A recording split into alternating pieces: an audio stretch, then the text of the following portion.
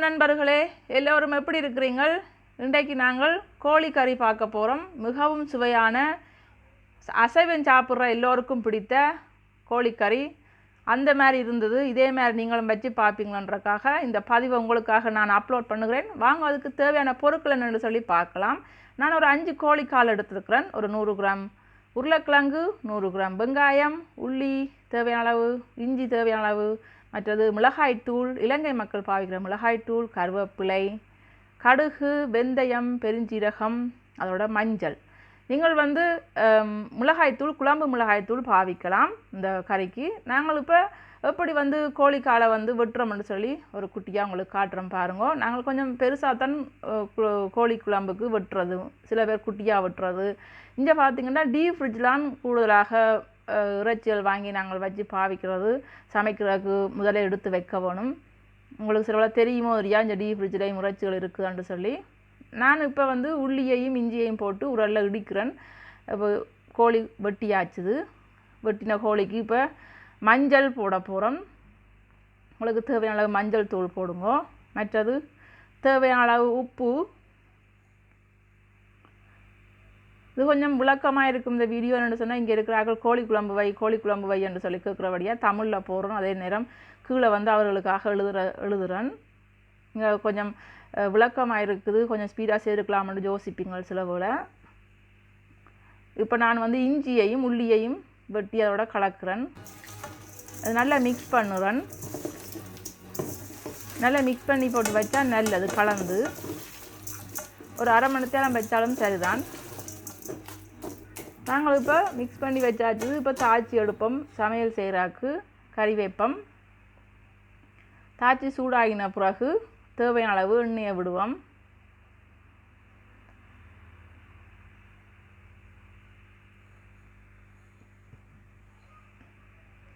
எண்ணெய் சூடாகின பிறகு ஒரு அரைக்கரண்டி அளவு கடுகு, ஒரு அரைக்கரண்டி அளவு பெருஞ்சீரகம், ஒரு அரைக்கரண்டி அளவு வெந்தயம் போடுவோம். சில பேர் இதுகள் போடுறதில்ல குழம்புகளுக்கு. நான் கூடுதலாக போடுறது. வெந்தயம் மிகவும் நல்லது உடம்புக்கு. என்னோட கோழி சூடுன்னு சொல்லுவார்கள். வெந்தயம் நல்லம் போட்டு சமைச்சால். இப்போ வெங்காயத்தை போட்டு வதக்குவோம். நீங்கள் கூட வெங்காயம் போடலாம் குழம்புக்கு. நான் கொஞ்சம் ஒரு வெங்காயம் 1.5 வெங்காயம் எடுத்துருப்பேன் நினைக்கிறேன். நான் காட்டினது 1 இருக்கும்னு நினைக்கிறேன்.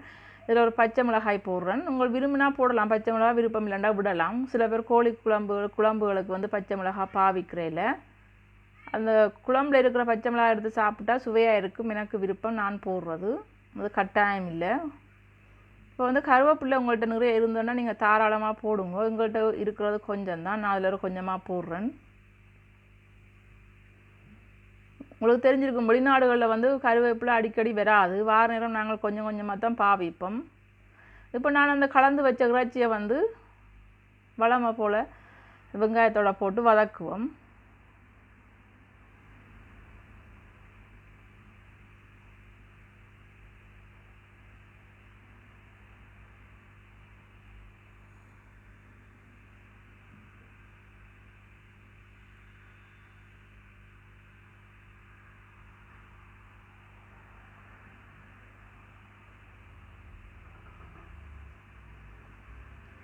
இப்போ ஒரு 10 நிமிஷத்துக்கு மேலே அவிஞ்சிருக்கும். நல்லா அவிஞ்ச பிறகு நான் உருளைக்கிழங்கு போடுறேன். நார்மலாக பார்த்தீங்கன்னா உருளைக்கிழங்கு உங்களுக்கு விருப்பமெண்டா போடலாம். நான் எல்லா இறைச்சிக்கறிகளுக்கும் உருளைக்கிழங்கு போடுறது வளமை. ஆனால் உருளைக்கிழங்கு பார்த்தீங்கன்னா கரையாமல் இருக்க வேணும். அதனால் இறைச்சி நல்ல அவிஞ்ச பிறகு தான் நாங்கள் உருளைக்கிழங்கை இறைச்சிக்கறிகளுக்கு சேர்க்க வேணும். இப்போ நான் உருளைக்கிழங்கை போட்டுட்டு மூடி வைக்கிறேன் இறைச்சிக்கறியை. நீங்கள் மிளகாத்தூள் உங்கள்கிட்ட என்ன மிளகாத்தூள் இருக்கோ அதை பாவிக்கலாம். கறி மிளகாத்தூள். நாங்கள் இலங்கை மக்கள் பாவிக்கிற இந்த மிளகாய்த்தூள் கடையில் வாங்கினது போட போகிறேன். உங்களை உரைப்பு கேட்ட அளவு போடுங்க. நான் ஒரு 3 கரண்டி போடுறேன். குழம்புத்துக்கு கொஞ்சம் மிளகாத்தூள் போட்டால் தான் கொஞ்சம் நல்ல கலராக வரும் புரட்டி எடுக்க. மற்றது பார்த்திங்கன்னா மிளகாய்த்தூள் இன்னும் கொஞ்சம் நல்ல வறுத்து எடுக்க வேணும் இந்த கறியோடு சேர்த்து. அப்போ தான் ஒரு நல்ல கலர் ஒன்று கிடைக்கும் உங்களுக்கு குழம்பு வைக்க. இலங்கை மக்கள் பார்த்திங்கன்னா இந்த கோழி குழம்பை ஒவ்வொரு விதமாக வைப்பார்கள். இது நான் வைக்கிற ஸ்டைல். சூப்பர் டேஸ்ட்டாக இருக்கும். இப்படி நீங்கள் வச்சு பாருங்க. இதே மாதிரி பாருங்க. மிளகாய்த்தூள் நல்லா வறுபட வேணும். அந்த இறைச்சியோட சேர்த்து. அதுக்கு பிறகு நான் வந்து சுடு தண்ணி தான் கூடுதலாக இறைச்சி கறிகளுக்கு ஊற்றுறது.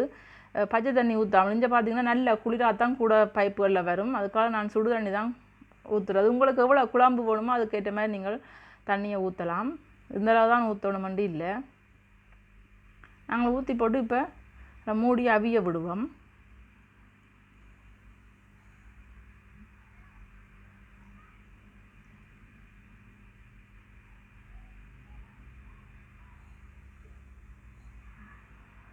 பாருங்கள், இப்போ ஒரு 5 நிமிஷம் கொதிச்சிருக்கும். கொஞ்சம் திக்காக வந்துடுது. நான் கொஞ்சம் இன்னும் வத்த விட போகிறேன். உங்களுக்கு விருப்பம்ண்டா இதே அளவில் இறக்கலாம். நான் கொஞ்சம் வத்தி கொஞ்சம் நல்லா திக்காக வந்த பிறகு இறக்கி எடுக்கலாம்னு சொல்லி இன்னும் அடுப்பில் வைக்கிறேன், கொதிக்க வைக்கிறேன்.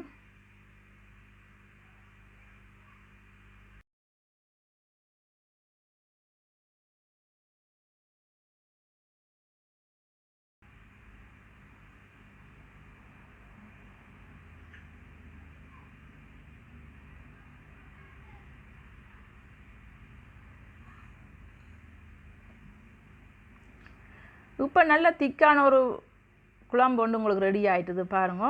நான் இன்னும் ஒரு பவுலுக்கு மாற்றி எடுக்கிறேன்.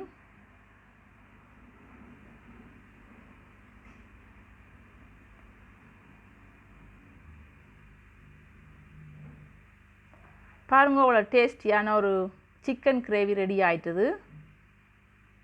இதில் இப்போ நாங்கள் கொஞ்சம் உங்களுக்கு ரூம் டெம்பரேச்சர்னு சொல்கிறது கொஞ்சம் சூடாக இருக்க நீங்கள் வந்து தேசி புளி விடலாம். தேசி புளி விட்டு சாப்பிட்டா நல்லா சுவையாக இருக்கும். நான் கூடுதலாக பார்த்திங்கன்னா தேசி புளி தான் விடுறது இறைச்சி கறிகளுக்கு. பழப்புளி விடுற இல்லை.